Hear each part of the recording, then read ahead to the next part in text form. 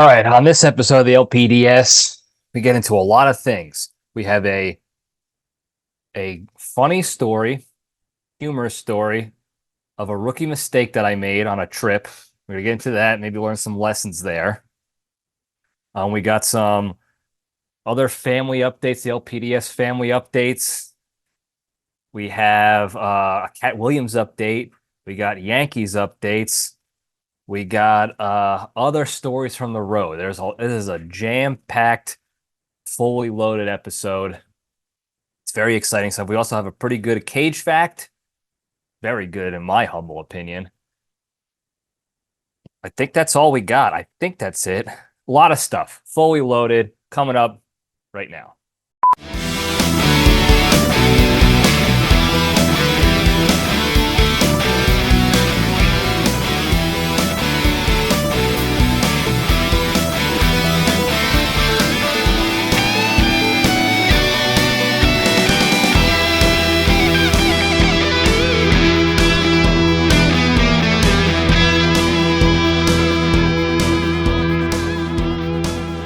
All right, jabronis, we're back. Welcome back to Libretti Podcast Diary Show. I'm your host, Libretti. It's a show that talks about nothing and finds the lessons and everything and has a good time doing it, sharing a few laughs, being entertaining, trying to anyway. So hope everybody had a good week. Mine was jam-packed with stuff. We'll get into that. Jam-packed with stuff. A lot of stuff happening this past week. So I hope you guys enjoyed your week as well. I hope you guys didn't have the adverse weather that we did here in Jersey, in the motherland.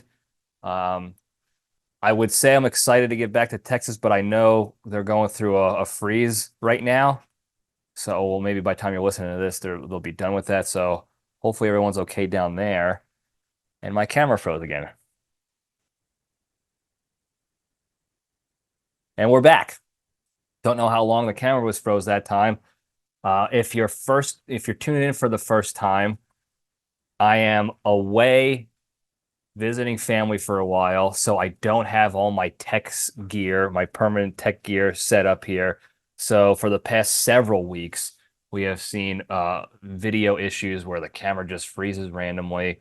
And if I'm not looking at the computer constantly, I don't know exactly when the video freezes in YouTube land. So I'm working on that. Again, my brother and I, Sticks and I, are working to find a camera solution, a permanent camera solution, so that we can get that figured out for everybody, and for myself too, because it's driving me nuts. I use this feature for work as well, for the business, so I need to have good video.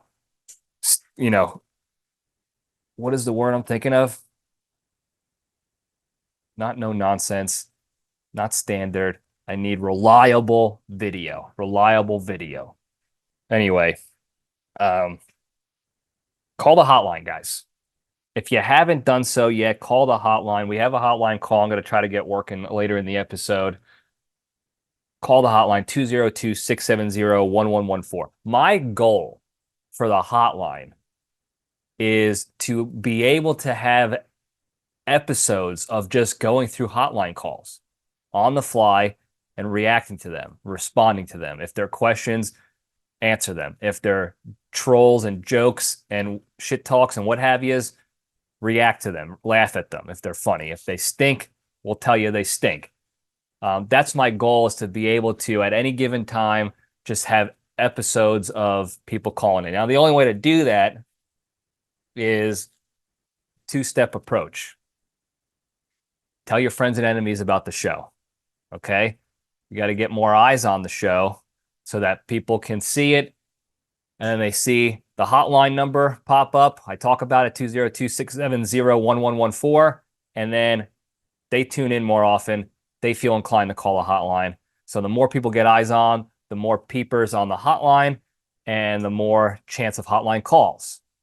So that's what I'd like to get with the hotline. That was always my goal with that, to give people an outlet to call. And you could be anonymous. This is, anybody who has called so far on the hotline who has said, either through a text message or through the voicemail itself, don't mention my name, I cut that stuff out. I don't say anything. So it can be completely anonymous if you have a question, or if you need advice, or if there's something bothering you and you want to anonymously bring it up, or you have a problem with somebody, you want to keep it anonymous, call it in 202-670-1114. I'd like to get that. I don't care about views in the sense that, like, oh, my success of the LPDS is based on how many people watch on YouTube or tune in on Apple or Spotify. I don't care about that. That's not why we started this thing at all.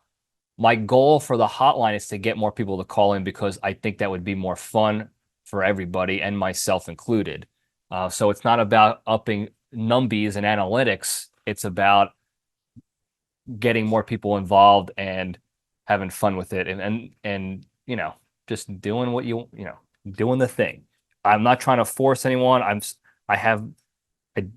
pretty sure I have not gone to any of my friends or current listeners to say, hey, can you call the hotline this week so I have something to talk about? I have not done that yet.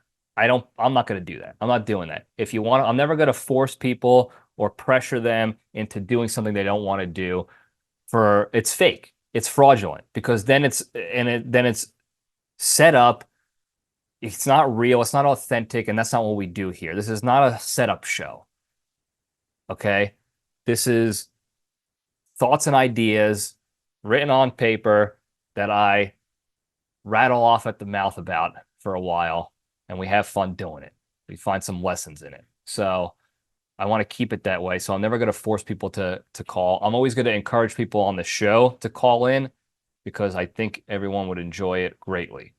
But there is no pressure. And if you feel pressure, legitimately, let me know and I'll back off, because I don't want to do that. We're not forcing this. This is not a show. This is not a podcast that we're trying to force, again, for views or monetary goals or anything like that. This is for funsies.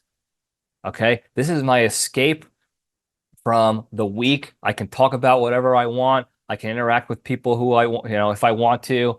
It helps me be able to think more clearly on my feet and be able to try to verbalize that in a more clear, concise, and entertaining manner. So that's the point of this show. It is not for views and money and becoming a celebrity or anything like that. All that being said, if you want, call the hotline 202-670-1114. All right, moving on. I'm going to get this out of the way now, because this is a little bit of a serious downer of a message here. And I'm not going to get into details, because it's none of anybody's business or my business, really, to be honest. But a friend of mine just lost a friend of theirs to suicide. This is, like, I don't know, the second childhood friend of theirs that they lost to suicide. I'm bringing this up as a reminder to people for two things. One, if you're feeling down, if you're feeling like you don't have the answers anymore and the only way out is by hurting yourself, find it in you to reach out. Find it in you to reach out to somebody, anybody. Me, reach out to me. You can DM me, you can call, you can, whatever way to get in touch with me that you have, reach out to me. Okay? I'm never gonna, my video cut out again, so I'm gonna continue on. I don't know how long it froze for, but I'm never gonna judge anybody. I'm never gonna push back. I'm never gonna say toughen up. Nothing like that. I want to be an outlet for anybody who feels like talking or who feels like there's no way out. And I'll do whatever I can to help you. Second thing that I'm asking of you is, most people who are hurting and have those feelings do not reach out for any number of reasons. A lot of the reasons are because of past times they've reached out and didn't get anything, or somebody judged them, or it was it hurt their careers and stuff. And there is a mindset out there that has been perpetuated through a lot of career, jobs and companies, and certainly the military, that uh, your job is your life. So if you're going to speak up about feeling these feelings of ending it all, knowing you're going to lose your job, like, no, I can't do that because then I'll lose my job. And my job is everything. That's not the case, but that's a big reason why people don't reach out. So check on your friends. Okay. If you have good friends, and if you're a good friend and you have close friends, you'll be able to pick up on times that they're not up to par. Their patterns are different. The way they're reacting, maybe they're saying no to a lot more hangout sessions, or they're kind of quiet, or they just say, like, I'm fine. Or they're putting on a show in public where everything's hunky dory, but that's not how they usually are. Something's up. Like, this seemed. I don't know when the thing froze again, but it froze again. Damn it. You don't know when. What was I saying? Oh, they're put on a show, and that's not how they usually are in public. They're different, and they're just putting on this facade to make it look like they're happy and everything's hunky dory when it's not. Look for those signs. And then if there are any signs, at the simplest level, just hit them up. Hey, all good? You feeling okay right now? And then see how they answer. Gauge that. Get a feeling for that. This is a leadership quality. So it's good for Spearhead, but this is for life, okay? This is for your friends and anybody important to you in your life. You should be able to have that connection with them so that you can see changes and then see how they respond to those too when you ask those questions. Because sometimes they're going to give you the same thing. Now I'm fine. Things are good. And if you're close enough with your friends and you know them well enough, you're going to be able to either push or back off a little bit. And if you have to back off, you just remind them, hey, got it. You say you're good. I'm going to believe you. Let me know if you need anything. I'm here for you. Let me know if you need anything. I'm always around. If you're feeling some kind of way, just reach out to me. It doesn't have to be to anybody. Just hit me up. And if they tell you the truth and they're saying, that things aren't going great, talk to them. Ask them what's going on. You don't necessarily have to be there for solutions. Okay. This is not one of those things most times where they're not looking to get their problems solved in that conversation, in that moment. They just want to feel heard and valued and have a sense that there's more. There's another way out. There's another answer than hurting themselves. Okay. And just by being there, you can be that answer for them. You can be that outlet for them. Okay. And also, too, this is something that people are just starting to talk about recently. Ask them straight up. You feel like you're going to hurt yourself or do anything, like that? I joke around with my friends all the time. They do it with me too. We joke, we keep it light because we know it's a serious subject, but we'll always joke if somebody's feeling down, because we do this with each other. You say, "Oh, you're not going to test the strength of your shoelaces, are you?"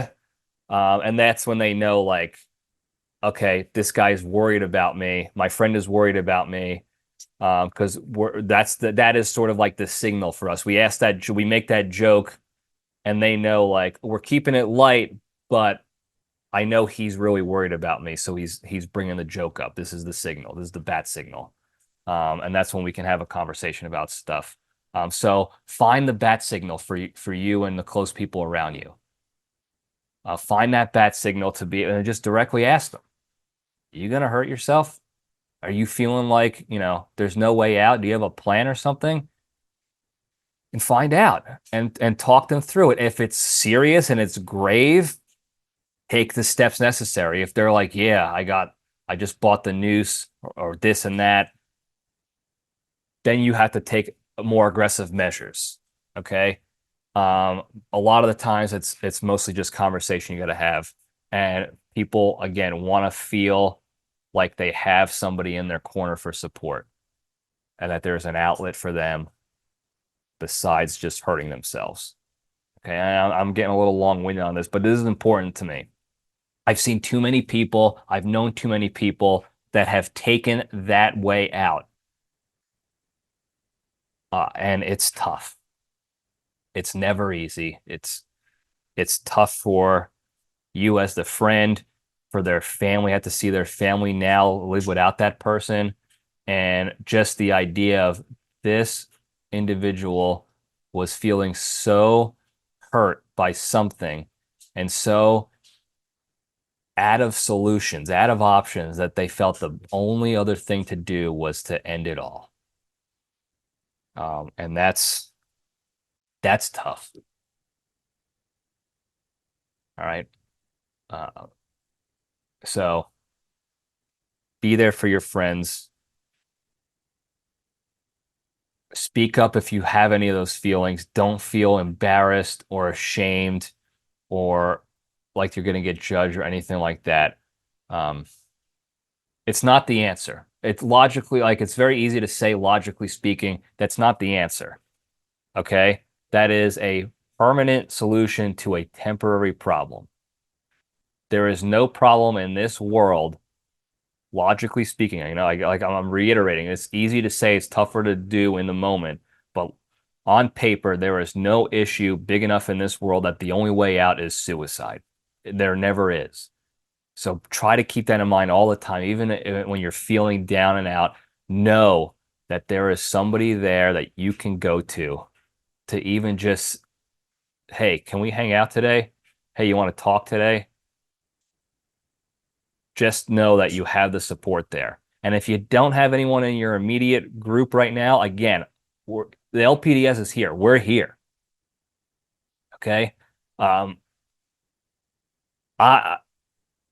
That's all I got to say about that. We're here for you. Okay. And then look after your friends all the time. Okay. Make sure they know that you're there for them, and that you know that they're there for you. Just thinking about my friend having to walk in and see that for a second time in his life.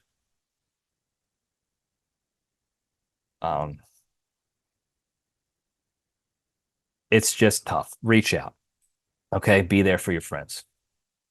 All right. We're going to move on now. Okay. Now we get into some more humorous stuff. I think I mentioned to the folks here a few episodes ago. I think I did. Anyway, if I didn't, I'm just going to reiterate now. We went to get our family Christmas tree back in December. It was a whole chaotic event. I talked about it on an episode, Christmas Tree Chaos. Go check it out. Raining.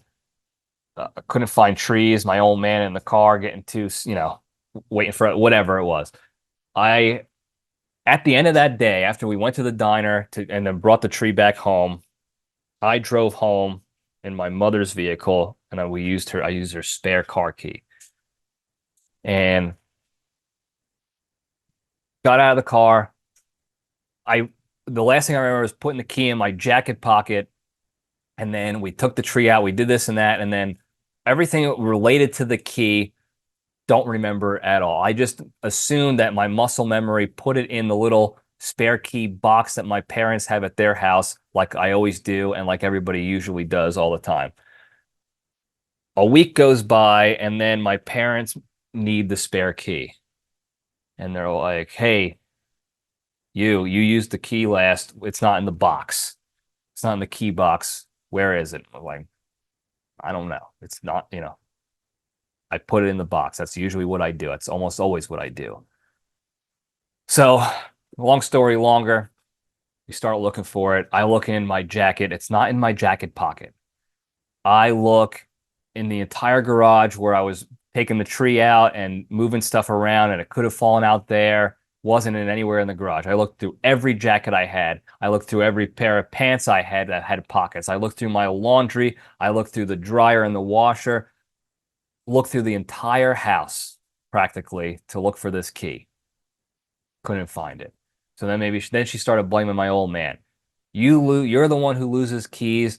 He probably gave it back to you, and then you didn't put it back in, and you lost it again. This will be the third key that you lost in as many years, and you know how expensive these are, and I can't believe you did this to me. And for whatever reason, I didn't say a word, and I was off the hook. I didn't let my old man get the flack for too long. I let him take some flack a little bit because he does pull this crap all the time. By the way, when the video freezes, I'm just pressing forward. I'm not even going to bring it up after this point anymore. We're just pressing. It's unbelievably annoying, and I'm sure you're annoyed as well. But from here on out, we're just pressing. Anyway, my dad does this stuff all the time. He doesn't put things back, or he doesn't know. He says he doesn't know where they go, so he just leaves things out, and then he gets mad when we call him out on it. So this whole like do thing that we have. So I let him take a little crap for a little bit, and then I chimed in. I came in off, tag teamed in. I was like, listen, I know I didn't give it to him because I would have reminded him multiple times, hey, I'm giving you the key. Put it in the key box so you don't get yelled at by mom. And I didn't do that because I didn't give him the key. I know I didn't. I put it in my pocket, and that's the last thing I remember.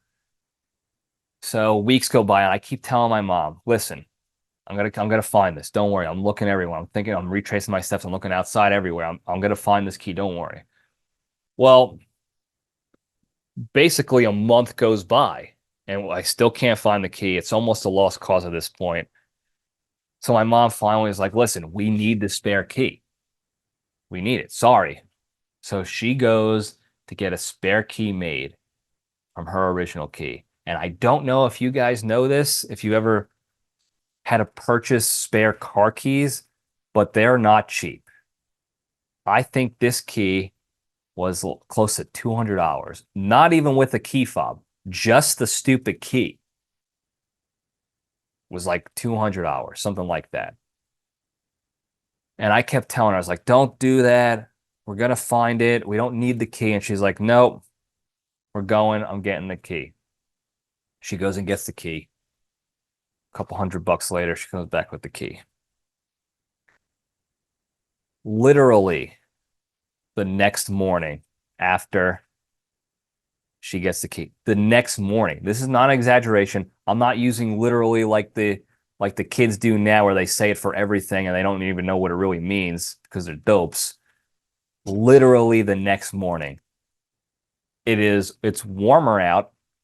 So I need a jacket, but I need a light jacket. So I grabbed the same jacket I wore during Christmas tree time. And I take the jacket off of this coat rack. It's behind the camera. If I remember, I always forget. If I remember to take the picture and show you this coat rack, it's got a whole bunch of coats on there. It's got this yellow Jack the Ripper from Last Action Hero raincoat on there. It's got this awesome Bane jacket that my father had for years, and I'm going to get resized so I can wear it and look cool. And it's got a couple aprons on there. It's an old dingy coat rack that my parents have had since before I was born. It's all busted up and broken, but it's it's being used functionally. It's not just trash. I take my jacket off of there, and then I notice the apron has a pocket that's sort of sticking out a little bit. And I said this to myself out loud. This would be really funny if I stick my hand in here and that key is in that pocket.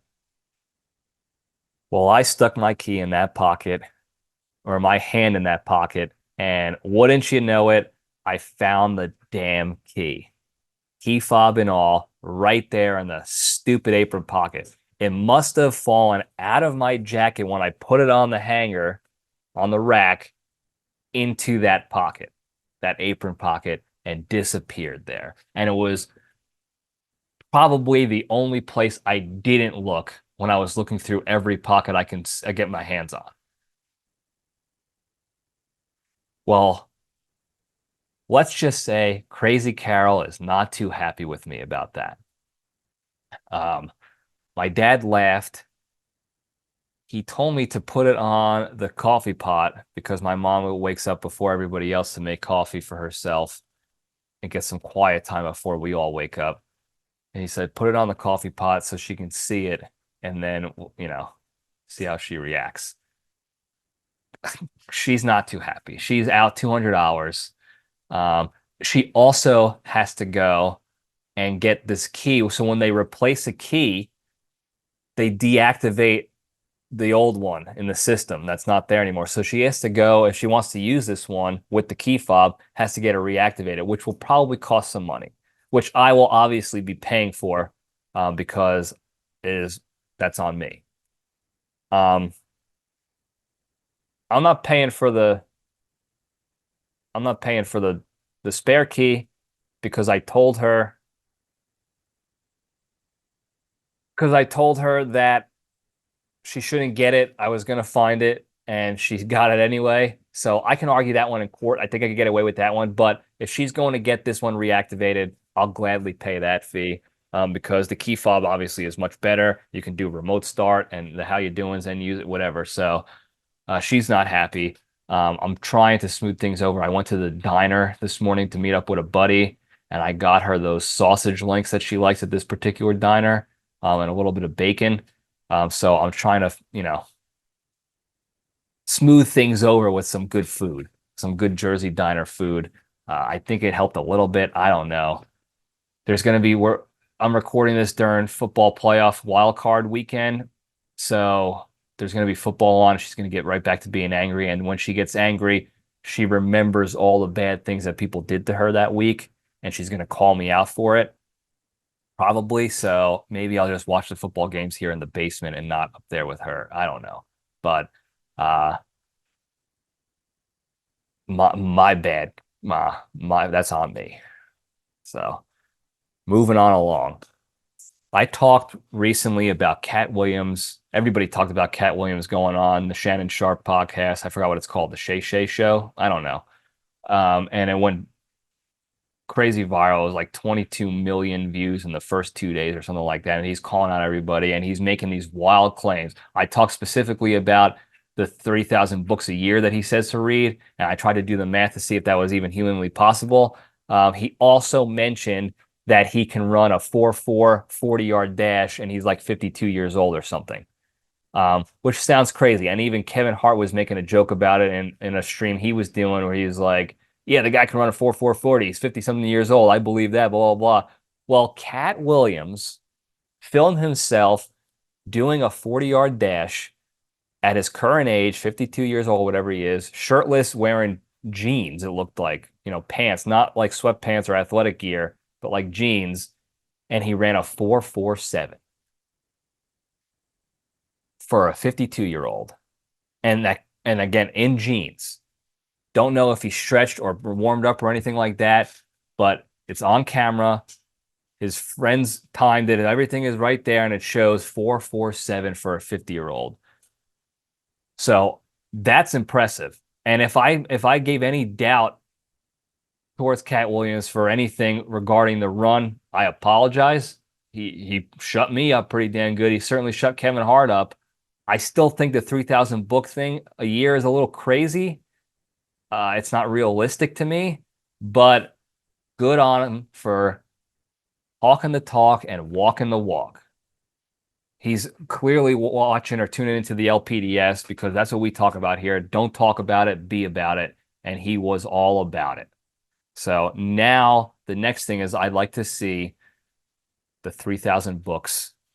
Just show us the 3,000 books. I can't even, if you gave me a month to just list out 3,000 books by title, I don't think I can do that. I don't know if a lot of people can do that. So good on him if he does do that. I'd like to see that now. Not that he has to prove himself to me, certainly, but it would be nice to, again, for him to shut everybody up, put his money where his mouth is again, because he's been doing that and prove us all wrong. So we'll see if he does that. Anyway, thank you for that, Katt Williams. Moving on along.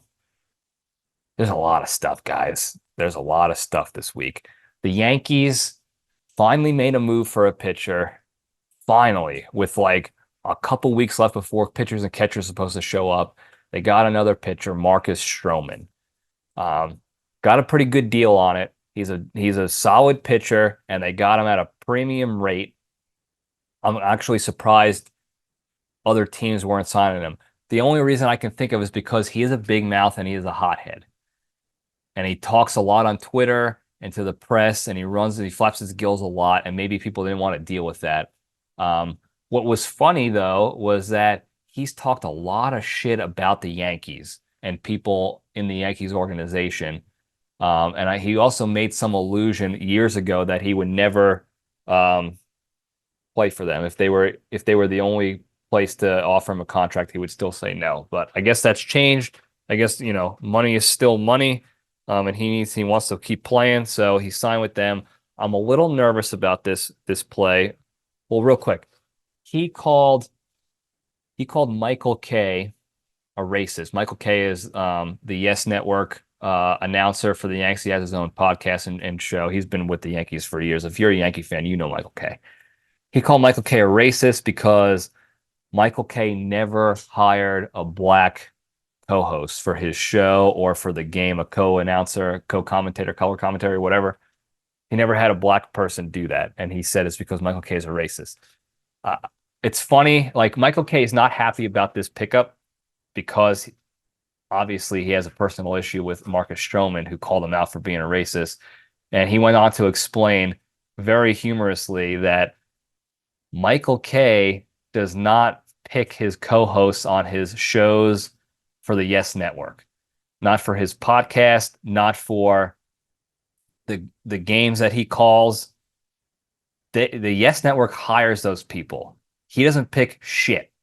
Okay, he just shows up to the game and sits there with the crew that was hired with him.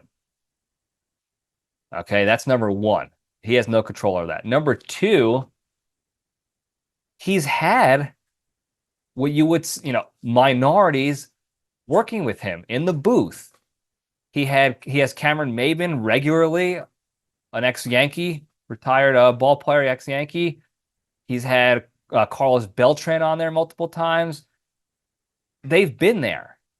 So I don't know. Nobody knows what Marcus Stroman was talking about. But he doesn't like Michael Kay. He thinks he's a racist. Michael Kay certainly doesn't like Marcus Stroman. What I worry about, though, or what I really worry about, is what Crazy Carol's going to think of Marcus Stroman.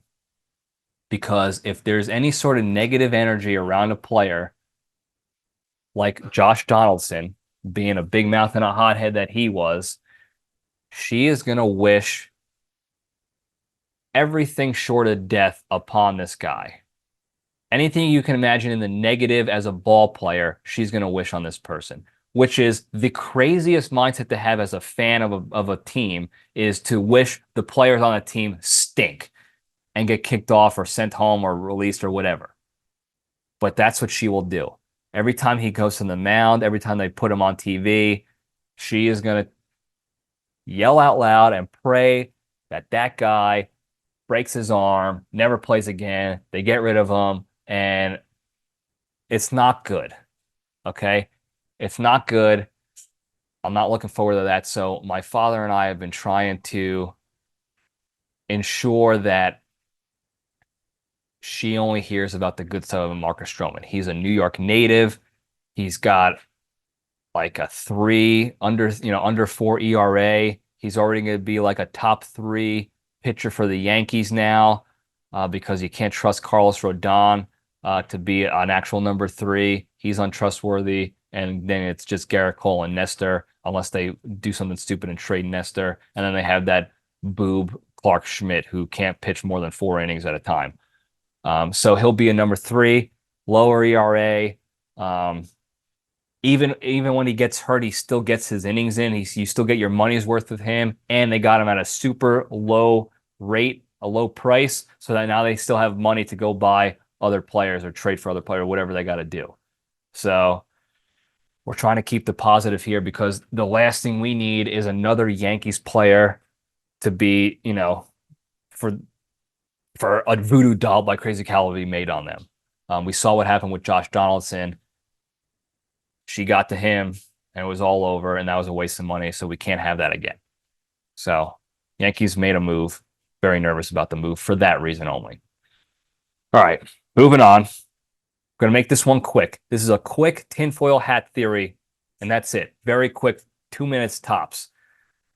Everybody knows that the Epstein court documents came out. They call it the Epstein list, but it's just the court documents, and in those depositions of all the names of the people related to the case in any way, shape, or form or mentioned in there. Most of them were mentioned by the attorneys asking questions to the witnesses or the victims or whatever. Hey, have you ever seen this person there? Have you ever seen this person? That's when they were mentioned. There hasn't been, the flight logs aren't out. Epstein's blacklist is not out, but it came out and it was a bombshell release for a lot of people. That being said, the same week that came out, we have now had multiple alien stories come out as well again. Okay, we've had the Miami one where everyone said it was an alien thing. They say it's not. I'm leaning towards believing that more so that it was not an alien thing, because there's just no real good evidence on alien stuff. It was just a lot of hullabaloo. Before, when the story came out initially, I thought something was super fishy, but it seemed, just because of the response of the police and how they answered questions and stuff, it was just fishy. But it seems like they got their wits about them, and maybe it's a little bit more believable that it's not aliens. But there was another alien story coming out about a flying saucer. I don't know why I said saucer like that. A flying saucer that came out, was flying around, and I think there's videos of that. And this is like the third time that a big Epstein news article came out, news report came out, and in the same time frame, a crazy, stupid alien story also came out. Now, the tinfoil hat theory is that they're doing that on purpose to continue to brush the Epstein stuff under the rug. And as you know here, I'm never gonna do that. Anytime I hear updates on the Epstein situation and the child sex trafficking that went on, that all our celebrities and elites and politicians were involved in, I'm going to talk about it and keep it as much in the hearts and minds of others as possible. You don't brush child sex trafficking under the rug like this. It's disgusting. So tinfoil hat theory is that they're doing that on purpose with the alien stuff. That's it. Done. Take the tinfoil hat off and move along. We'll have another episode about tinfoil hattery some other time. I went on a work trip to Georgia, kind of the middle of nowhere, Macon, Georgia. There's a military base nearby, so we were there. And most of the time, as you know, military bases, they put them up in cheaper areas because the land is cheap to buy land and build a base there. For no other reason, it's a cost thing, it's a money thing. They always hide and say like, oh, we're doing this so we can gentrify the area and rebuild the area so that we'll get a bit better infrastructure and this and that. It's not. It's because the land is cheap. They never rebuild anything out there outside of the base itself. It's garbage. Every base is like that. Some bases are in nicer areas, but a lot of times they're in dumps. So we were out there, middle of the afternoon. We stop at this Walmart. I'm with a coworker. Stop at this Walmart, middle of the afternoon. There are 2 or 3 clear meth heads, and I'm not like, this is not a profiling. They have the sores on their faces, the cuts on their faces. They're all skinny and gangly. They have all the physical signs and symptoms of being addicted to methamphetamine.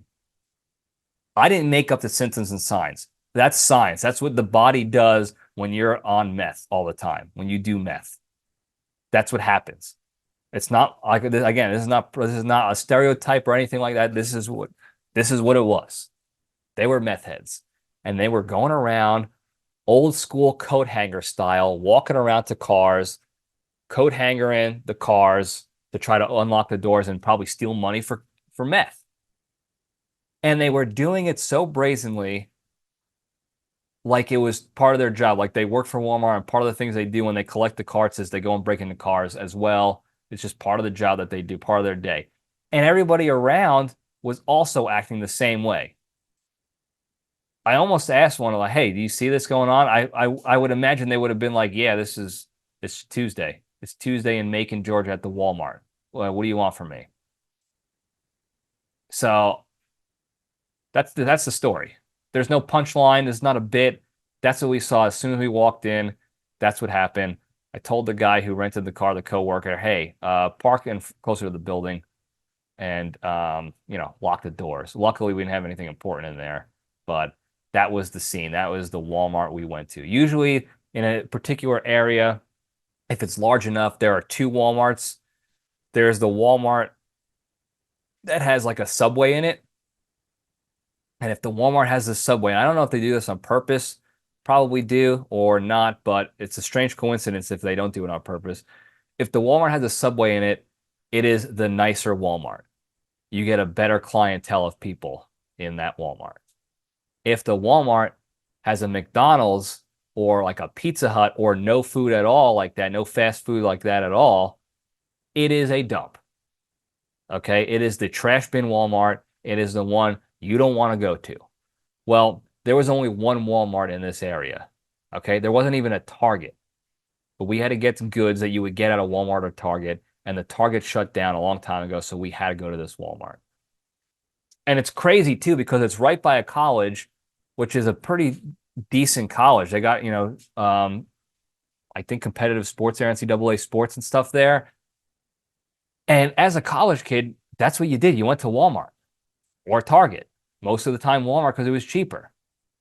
And I can't imagine any college kid going to this Walmart and feeling safe doing so. I would have not. I'm too chicken shit to go to a Walmart like that as a youngster. As a grizzled vet who's been to war and has war pain, has been in the trenches of warfare in the 21st century D-Day, yeah, I'll go to that Walmart now. I'm a little bit more ready. I'm a little bit more dead inside. But as a college kid, a wet behind the ears, short, stumpy, bald college kid, I'm too scared. I'm not going to that. And so I can't imagine. I feel bad for the college kids who need Walmart to survive in college and can't go to Walmart to survive in college because they won't survive. It's a real catch-22 for them. So we'll get more into the trip in the junction. So we're going to roll right into that's all I got for the LPDS current events and things going on in the world. I'm sure I missed something. There's always a lot of stuff going on that I miss. But we're going to get to the good stuff. We're going to step into the cage.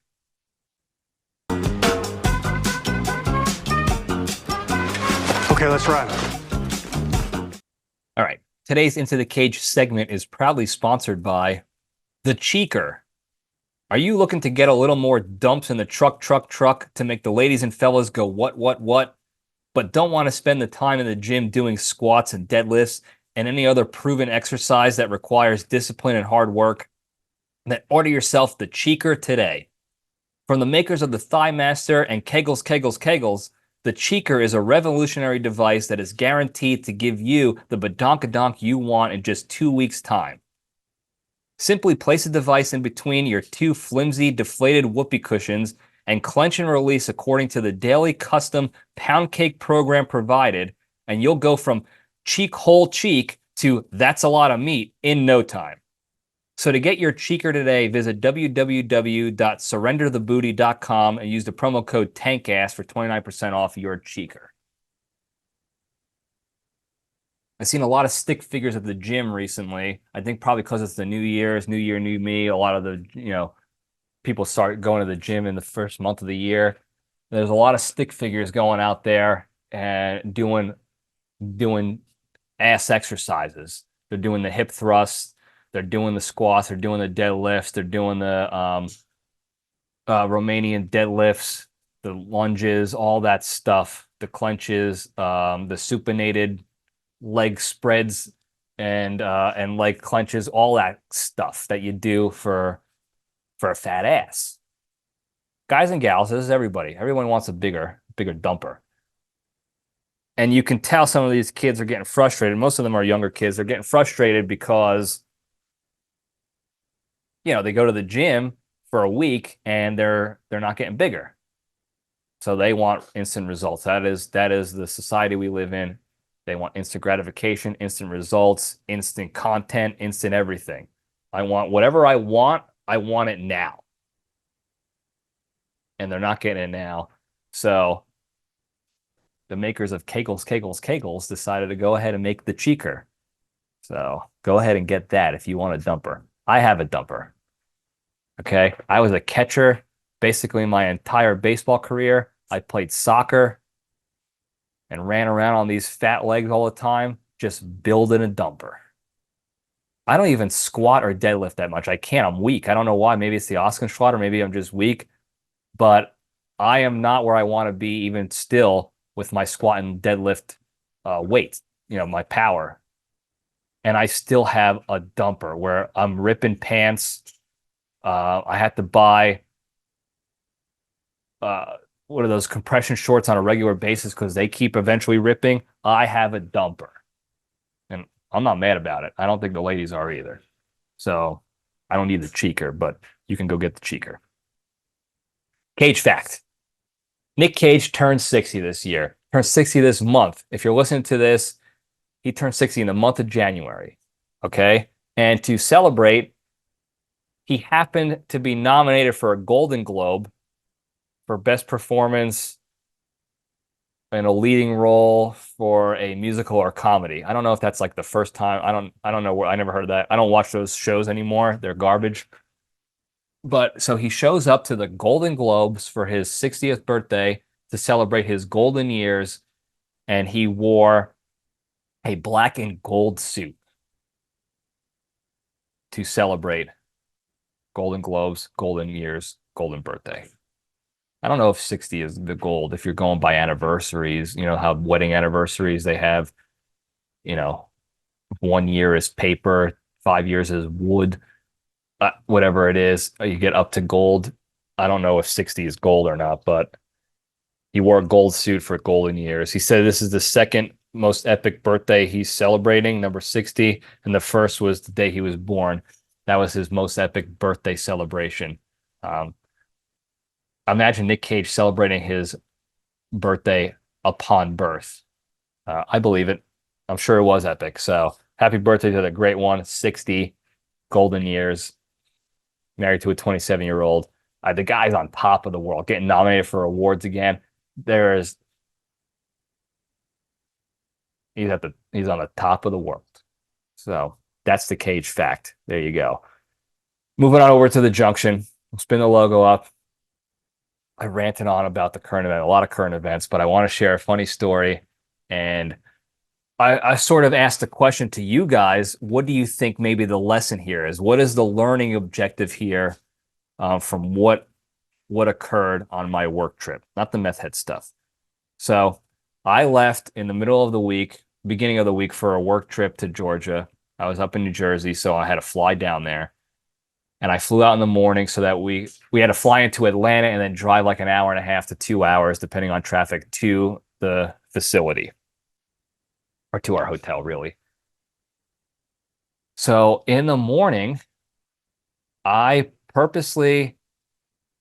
have my own schedule of life. I wake up, I crush some water, I do the stuff I got to do, brush the teeth, take the dog out, feed the dog, this and that. And then after about an hour of doing morning stuff, I'll have a coffee. And then I'll eat later on after that, whatever. When I'm traveling and my access to appropriate perlits to use is limited or questionable or unknown, I change my routine so that I am not taking my dumpy when I usually do. During my regular, normal routine, my regimen, I know when I'm taking my dumpy. I take basically one a day. Very clear. This is all important family stuff I'm sure you want to listen to, but I take it around the same time every day, and I know when it's going to happen. Well, when I'm traveling, I don't do that because I don't necessarily know all the time where the toilet access is going to be. And when I say appropriate toilet access, I'm talking about a hotel toilet or like a friend or family member's home toilet or my home toilet. We're not doing we're avoiding airports, we're avoiding gas stations, we're avoiding rest stops if possible. These are all emergency toilets only. Okay, this is a rule. I didn't make this rule. This is a rule. Okay? I've only used those toilets for emergencies only or pee-pees. You can go pee-pees in there. You don't take a dump in those toilets out of convenience. Like, oh, there's a toilet here. Maybe I'll fire one out just to relax a little bit on the road. No, those are emergency use only. And that brings up real quick a shower thought, I believe. I think it was a shower thought, or just as a random thought that the creature had, and a theory that I 100% believe to be true, is that every time you go into like an airport bathroom or a gas station bathroom and there's somebody else in there using the stall and you're just going to wash your hands or take pee, they're always blowing out that toilet. It's never just a comfortable, regular dumpy. And the theory is because these people are following the rules and using them only in an emergency. And the only time you have an emergency is when you need to blow that shit out. Makes sense, right? So I've only used those for emergencies. One time I had to go with my boss years ago. I had to go to Jordan and then Qatar, whatever you want to call it. And I think I had like a coli or something. And that is the only time I used not only an airport bathroom, both at JFK and overseas in Jordan. I used the airplane bathroom as well. And then luckily the hotel was close by to the airport. I was able to get to the hotel to use it then too, because I was in shambles for the first day or two of that trip. But I try not to use it. So that being said, rewind back to the beginning. I did not drink my coffee. I didn't do the normal stuff I do, knowing that that activates the schedule. Okay. And I also know that 99.9% of the time, if I don't follow my schedule, if I come off of that schedule and no coffee, no food, no nothing in the morning, I know I'm good for the rest of the afternoon, 99.9% of the time. So that's what I did.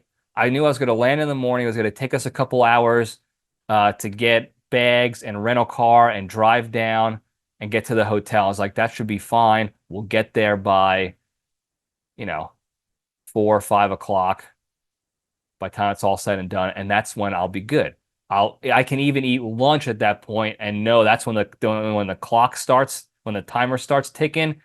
And I still will usually have 99.9% of the time that hour, that comfortable hour, couple hour window to make it to an appropriate toilet. Well, for some reason, I don't know if it was something I ate the night before or my body was just off. Something happened, and I get on the plane and we take off, and all of a sudden, I'm hurting. This is not just like I got a little gurgling going on now. This is full on with the cramps and the turtle heads or prairie dog and whatever you want to call it, and the having to constantly like fidget and move around, and then you get the paralysis cramps where you're hurting so bad you can't even move, because if you move you're gonna might release. I was feeling that from 10 minutes into the flight all the way down. So then it went away. Right before touchdown, it went away. I was like, all right. I found out my coworker, he got there first. He already got the car. So I just had to get my bag, and he said, we're just going to get in the car and roll down to the hotel. I was like, okay, I can make that window. All right. I can make that. That's probably where I made the mistake. I probably should have realized then that this was an emergency situation. But I assessed the situation initially and thought the airplane stuff was a false alarm. and I should be okay. Well, we get in the car, we start driving, a little bit of traffic, and then there's a little bit of cramps again. And when I say a little bit, I mean a lot of cramps, to the point where I was almost not able to have a regular conversation with my coworker when he was asking questions and saying things, because I wasn't focused on that. My head was not there. My head was thinking about how am I going to effectively fix this situation, meaning be able to communicate with my coworker professionally that I need to use the bathroom, and if we don't stop soon, I'm gonna die, or he's gonna die from the smell in here when I blow up this rental car.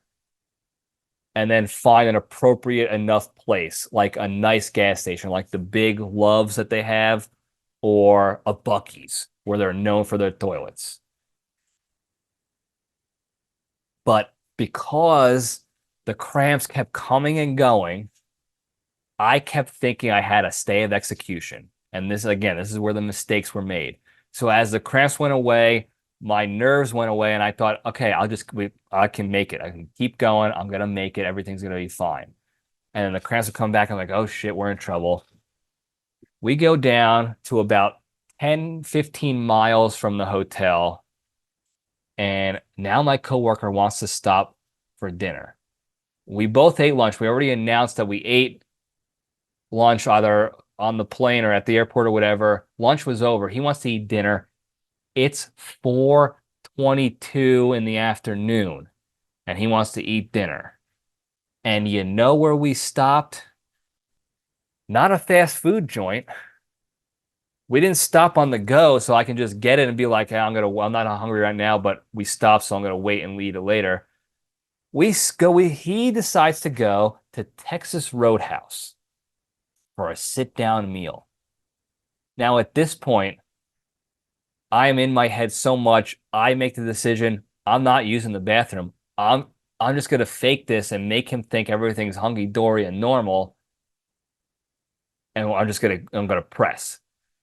So my stupid ass sits down, I order a meal, I got the barbecue chicken with some vegetables and a house salad and the rolls and butter and a club soda and this and that. We're sitting there, and he thinks, we're talking and back and forth. He's eating, he's having a good time.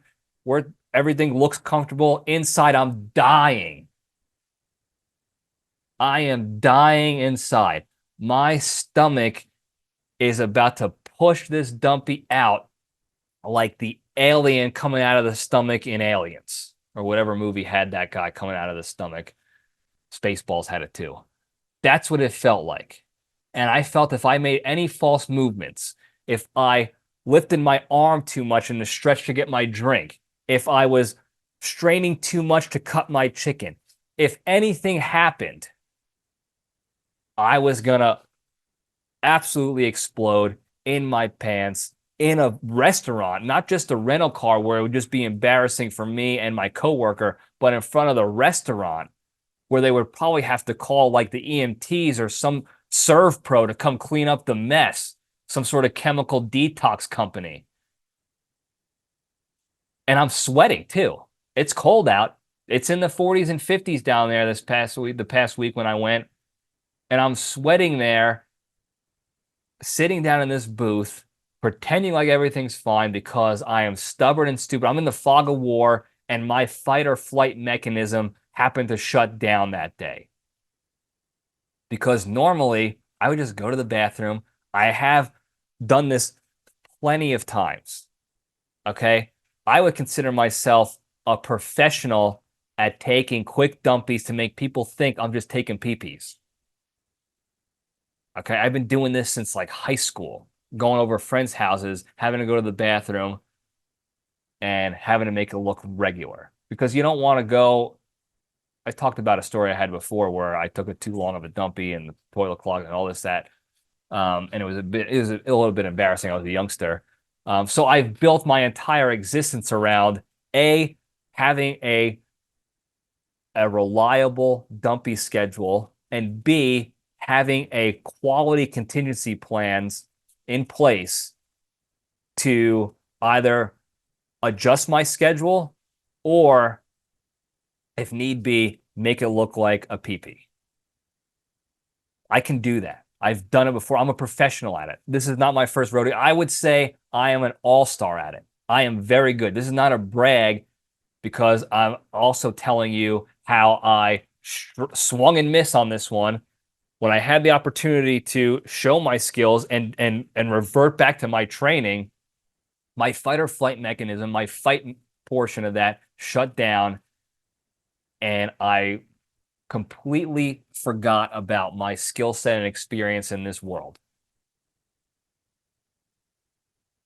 And I could have easily have gone to that bathroom at Texas Roadhouse, which is not nearly as bad as a random gas station down in Georgia. I could have taken care of business very quickly and efficiently. And my coworker would have been none the wiser. But I didn't do that. I sat there and I'm sweating into my plate. And I'm not even moving. I'm like a robot. And I feel like this is what some people, I imagine, when they get super high and they're trying to act cool and they think like, I'm cool, everything's cool, nobody notices, but everybody really actually does notice, and you're not acting cool at all. That's what I imagine was going on around me, where I thought I was acting cool. I was sitting like this all straight, if you're looking in YouTube land, and I was eating like this all taut and not moving at all. And I was slowly bringing my fork up, not moving my head, because I felt like if I bent down, it was going to squeeze my stomach enough to the point where it leaked out of me. I wish somebody recorded it, because I would like to see the footage of what I actually looked like compared to what I thought I looked like and how I was acting. Because I'm sure that those tell two very different tales. Now, luckily, my coworker is one of those types of folks that is in the zone of whatever they're doing. Okay? He was not looking up very much at all during our meal. He was down into his meal, enjoying his ribs and potatoes, whatever he got, and he was in on it. It was fine. So many mistakes were made. Eating at 4:22 in the afternoon, dinner, I don't do that. That's so early. That is so early, even for geriatric standards. That is before the early bird starts. That is before early bird hours. And I think my coworker, he lives on, like, not a farm, but he lives on a compound. He's got his family has a horse and some animals and stuff. So he's always up early. I think his life schedule is just earlier. Like, he's up at like 3 or 4 in the morning. So he starts his day then. So that makes more sense for him. So why he wanted to get dinner then. But so many mistakes were made. I just easily could have told him, hey, I'm not hungry right now, but we'll sit. No rush, no problem. I'll get this to go. And that would have also helped my situation, because I wasn't continuing to pack more into my body when I was already full. Clearly, I was full. My stomach was at capacity, and I'm stuffing chicken and broccoli and salad and those Texas Roadhouse buns, those rolls, like an idiot. Like an idiot. And then we had to drive another 10 miles to the hotel. And I felt like, at that point, when I'm checking in, I felt almost like, what's his name? Jeff Bridges, who is Harry in Dumb and Dumber. Wasn't it Jeff Bridges? You know who I'm talking about. From Dumb and Dumber, when he's at the gas station and he's talking to the lady who turns out to be an undercover FBI agent, spoiler alert, and she's talking, he asks for her phone number, and he's on fire, and he's trying to get the phone number so he can go take care of the fire, but still trying to look cool, and then at the end he just explodes on her. He's like, just give me the damn number. That's what I felt like with this lady checking in, because she was older, living on Southern time, and every day was Sunday for her. And she's just like typing slow as shit. Let me find your reservation. Let me get you your key. How you doing today? This and that. And in my head, I wanted to just be like, just give me the goddamn key, or point me to a bathroom or the pool or some back corner where there's a tree and no one's gonna see me, a dumpster, anything. I am dying here, and I've made So many mistakes already to make it even worse. You have no idea what's going on right now, lady. You're killing me. And then again, instead of racing up to my room, I decided to keep playing it cool in front of my coworker, who decided to wait for me to check in, even though he already had his card because he's a gold member or platinum member, so he gets the e-check-in, whatever it was. And he's sitting there waiting, and then he's slowly walking. No fault of his own, but everything was in slow motion right now, it seemed like. And I couldn't just be like, all right, so long, and sprint up there. At least not, I didn't think I could. And of course, I'm on the fourth floor. And of course, the elevator is slow as shit. I could have run up the stairs faster. But no, I'm hanging out with my coworker and we're going and doing this together. And I'm sneaking out little quiet farts that I can feel. That you can't hear them. Maybe you can't hear them. Maybe he heard them, and I was just so in the fog of war I couldn't hear them. I was just hearing ringing in my ears, and I'm sneaking out farts to try to release a little bit of the pressure. You know how you do that? You're just like, and you just get it a little bit out just so that you're clear. You guys know what I'm talking about. I know you do. You might not like talking about this stuff, but everybody goes through it. Okay, and we're gonna talk about it here. This is what we do here. Okay, we talk about it all. All right, parents, put your kid to bed. I'm sure your kids have dealt with this too, where they just have to explode and they got to release some tension. I get it, whatever. I'm sitting there in the elevator, hoping that the elevator is old and loud and it's just clanking around, so on clanks I can time it like Shawshank Redemption. When the bell tolls or whatever, that elevator clanks and you don't know the difference. It's just, you don't hear a thing. You just hear the clacks and the sounds and the creaks of the elevator. And meanwhile, I'm releasing a little bit of pressure there to get me over the goal line. Meanwhile, while we're in the elevator, I'm also trying to strategically get my hand in my backpack to grab my wipes out, because I'm a wipey guy. I think wipes are very important and if you don't use them, use them. Okay. And if you're going to use them, buy the Cottonelle flushable. Okay. They come in blue or green packs, sometimes other colors, but it's Cottonelle wipes, not baby wipes, flushable wipes. And it says flushable and it says plumber tested and plumber approved on there. And here's why you get those. When you buy wipes, they have this thing where they try to make it like you pull one wipe out and it also pulls the previous out a little bit enough so it's like ease of use, ease of pulling. But what they do is they overlap the wipes too much. It's like they're halfway overlapped. So when you pull one out, it doesn't separate. It ends up pulling all of them out, and you have to dick around with the package to get the damn wipe out that you need.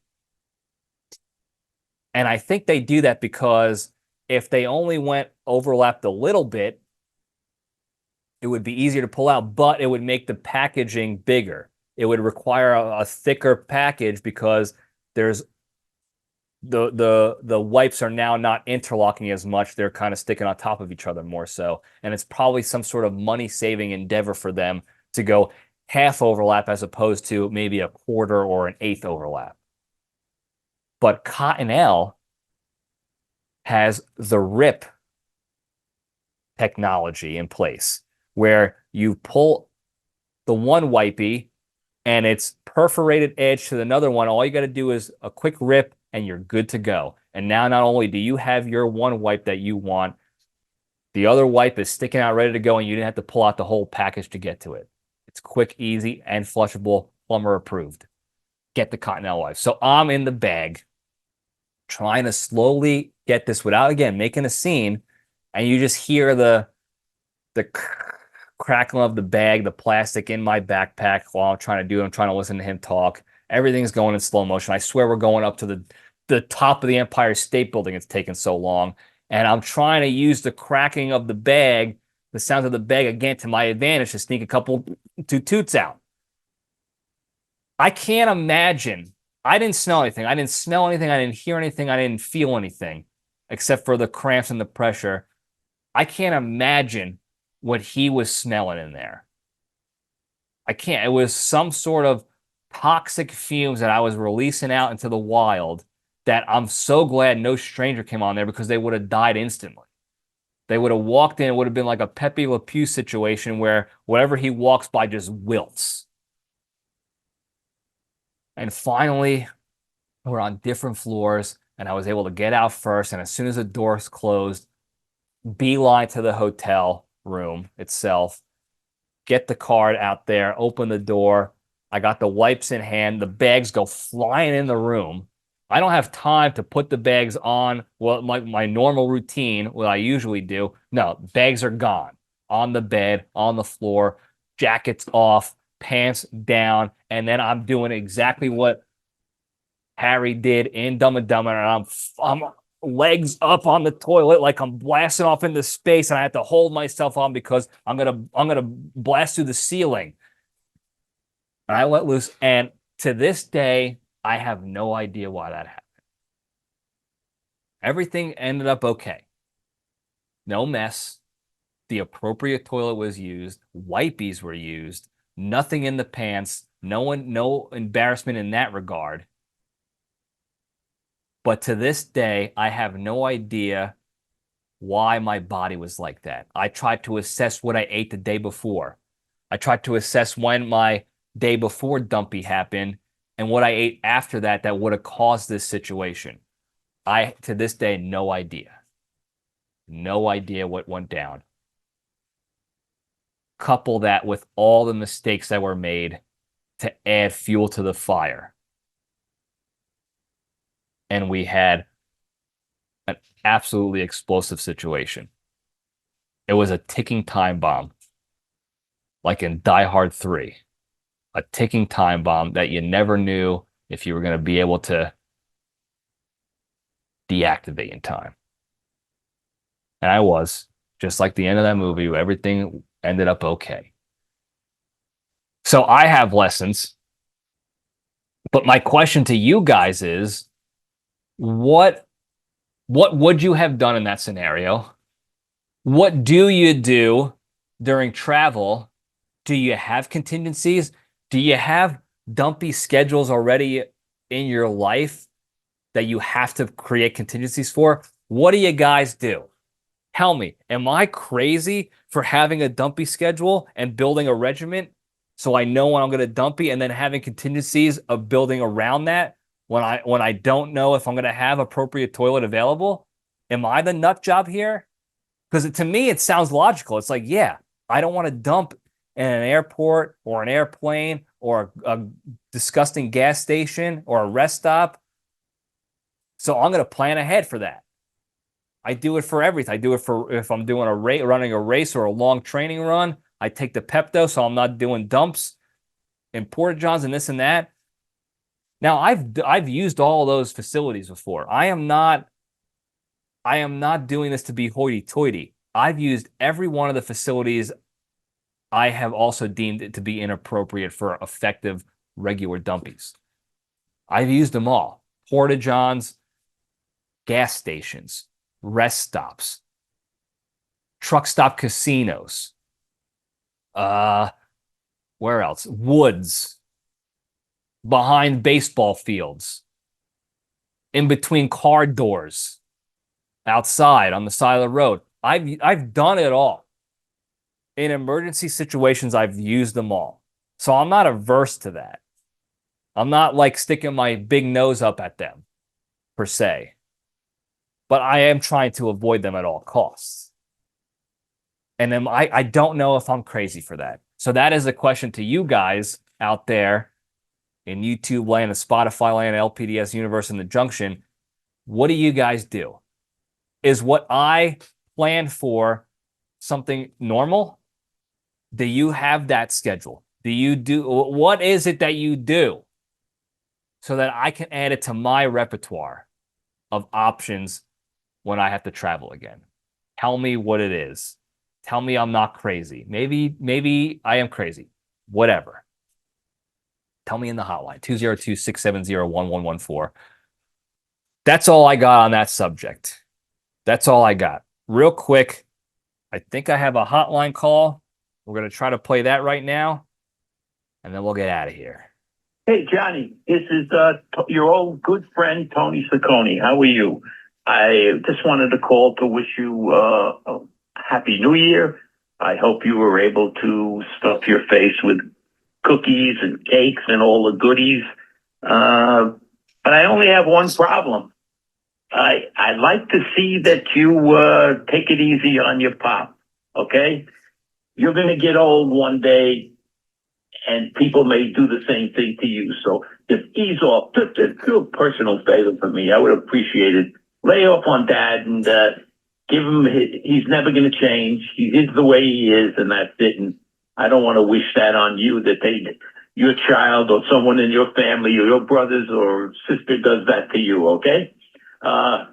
One more thing. Oh yes, and give my regards to the creature. Okay. And just one other thing that I have a problem with. Last week, you reached out to so many people to have a Merry Christmas and Happy New Year. And you had a loyal fan like me that always responds to you. Every once in a while, I would appreciate it if you could give a shout out for me, because that would make me feel good. Hopefully that'll make you feel good. And the situation will become better. And again, people don't fail to plan. I'm sorry. People don't plan to fail. They fail to plan. So just put it in your schedule. Every once in a while, Tony Saccone, reach out, say hi, and hope all is well. Okay? Best regards to people at home. Have a successful 2024 and keep plugging, but lay off your dad. Okay? That would make me feel better. Have a great day, John, and great year. Bye-bye now. Great call. Thank you for that, Tony. I'm going to address things in order. First, I want to address that. I thought it was pretty funny. He said he had one problem, and then he mentioned a couple problems. I joke about my old man. I trash talk him. I roast him. We share a few laughs here on the show all the time.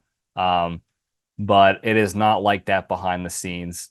It's a lot more supporting, and we get into it on occasion. I think, as most families do, you get into it with your family and your parents and siblings and stuff.